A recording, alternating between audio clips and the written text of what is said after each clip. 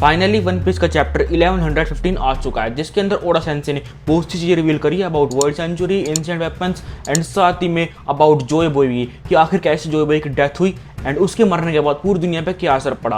और साथ ही हमको पता चलता है कि एक ऐसा एंशिएंट वेपन है जिसने पूरी दुनिया को 200 मीटर तक डुबा दिया था पानी के अंदर 900 साल पहले। तो आइए बात करते हैं इन सब चीज़ों के बारे में, लेकिन उससे पहले अगर तुम मेरे चैनल पहली बार आए और तुमको One Piece and Jujutsu Kaisen वगैरह के बारे में तुमको और वीडियो देखनी है तो फटाफट से सब्सक्राइब कर लेना।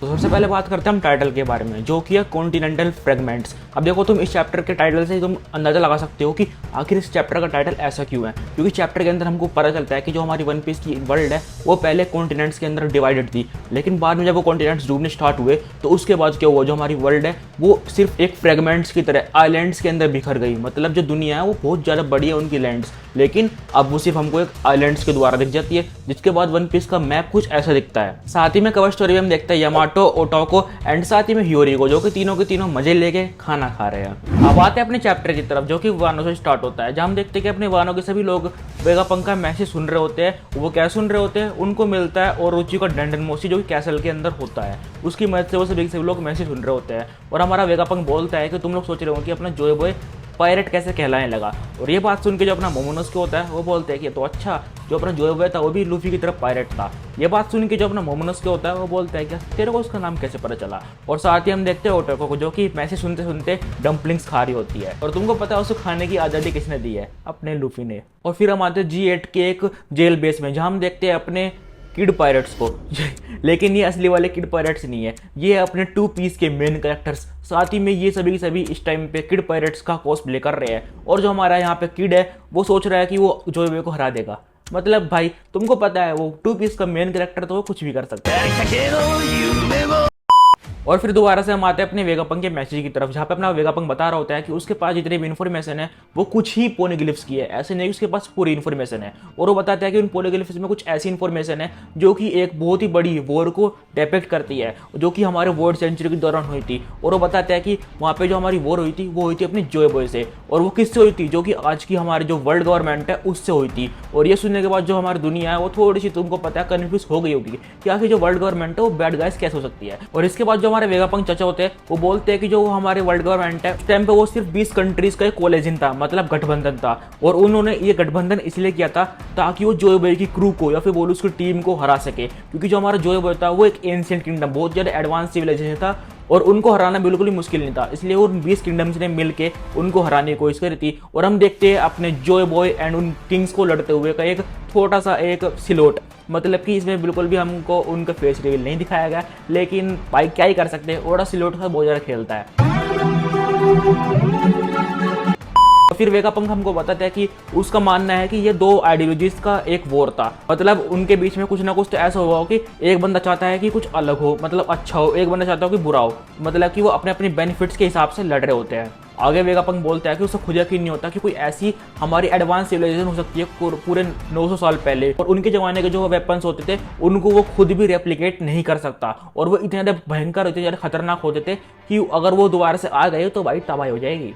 और वह ये सब सुन के अपने वीनस एंड साथ ही मार्स चाचा दोनों के दोनों पूरी तरह से बौखला जाते हैं। एक तो अपने लूफी के पीछे भाग रहा है और एक लगा पड़ा है अपने जो हमारे डंडन मोशी है उनको अपनी हाके से नॉकआउट करने में। और साथ ही हम देखते हैं अपने जो को, जहाँ पे अपने मिंग्स भी अपनी थोड़ी बहुत रिएक्शन दे रहे हैं। और फिर हम आते हैं अपनी स्टेसी की तरफ को, जहाँ पे उसको एडिसन कॉल करके बोल रहा होता है कि तू फटाफट से जो हमारा यहाँ बैरियर है उसको हटा दे, क्योंकि उसकी कोई जरूरत नहीं है अब, क्योंकि जो हमारा यहाँ पे बैरियर है उसके अंदर आ चुके हैं अपने मॉन्स्टर्स, जो कि और कोई नहीं अपनी गौर से है, तो उसका अब कोई भी मतलब नहीं बनता। और बोलता है कि तू भी यहाँ से निकल ले। बट जो हमारी स्टोसी है वो बोलती है कि अब स्टेला तो जा चुकी है, तो अब मैं क्या करूं, मेरा इस दुनिया में कोई भी मकसद नहीं है। अब उसका मकसद शायद से जो अपना काकू है वो पूरा कर सकता है, उसको कोई नया मकसद देके। अब जो मकसद होगा वो तो हमको आगे पता चला क्या मकसद देगा वो उसको। एंड साथ ही हमको पता चलता है कि अपने जोरो एंड जिनबे भी नामी ग्रुप के पास पहुंचने वाले हैं, वो मतलब कि एस्केप करने के लिए पूरी तैयारी में है। फिर हम आते हैं अपनी बोन्यू ग्रुप की तरफ को, जहाँ पे अपना जो हमारा गोर से या गांधी वाला वो लगा पड़ा अपनी तलवार को निकालने में, और जो हमारे जायंट्स है उनको उसने एकदम धकेल दिया है। और जो हमारा सांजी है उसको देखो वो कैसे पड़ा हुआ है मतलब भाई बेचारे सांजी की तो कोई इज्जत ही नहीं है। और इसके बाद क्या करता है, अपना गांधी वहां से निकलता है अपने गुस्से में, क्योंकि उसको बहुत गुस्सा आ रहा है कि वेगापंक कैसे रिवील कर रहा सब कुछ है। और उसके बाद वो अपनी तलवार निकालता है और जो हमारा एग हेड का हमारे क्लाउड्स है उनको भाई चीर कर देता है एक ही बारी में। मतलब भाई तुम समझ सकते हो, मेरे को तो लगता है ये मीहॉक से भी ज्यादा पावरफुल है। और अगर देखो मीहो की तरह पावरफुल है तो भाई मेरे को तो लगता ही नहीं कि जोरो कुछ कर पाएगा इसके आगे। भाई जोरो तो इसके आगे हाथ जोड़ लेगा मेरे को लगता है अभी के पावर के हिसाब से। तो जोरो को अभी हमको बहुत जल्दी शायद से पावर अप देखने के लिए मिल सकता है।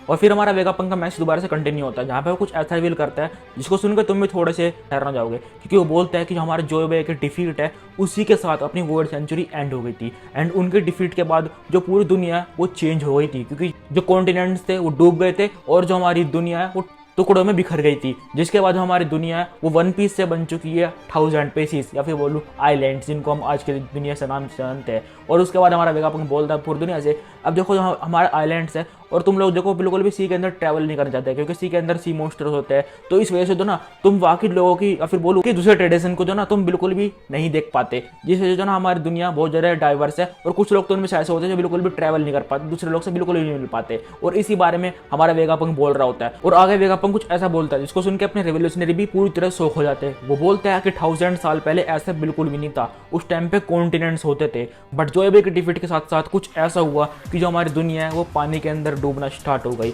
जिसके बाद जो हमारी वर्ल्ड है वो पूरी तरह से चेंज हो गई और जो हमारी पानी का लेवल है वो 200 मीटर बढ़ चुका था।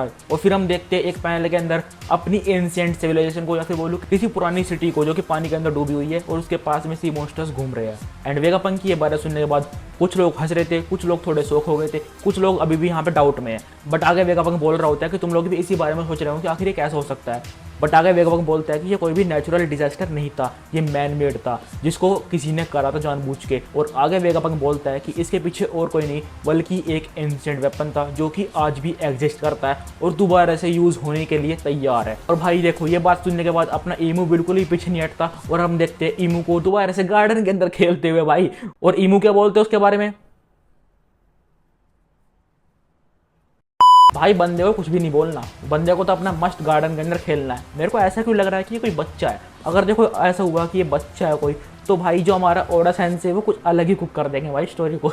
तो गाइस तुम क्या लगता है इस एंशिएंट वेपन के बारे में? मेरे को यहाँ तक लगता है ये मदर फ्लेम है जिसको वेगापंक ने बनाया है, वो सिर्फ एक तरह से रेप्लिका है उसका, उस वाले एंशिएंट वेपन का। एंड जो असली वाला है वो अभी भी अपने मैरिजो के अंदर रखा हुआ है, जिसको शायद से किसी स्पेशल टेक्निक की मदद से यूज़ कर सकते हैं या फिर बोलूँ कोई उसके लिए कोई अलग से क्राइटेरिया होगा जिसको वो मेट नहीं कर पा रहे।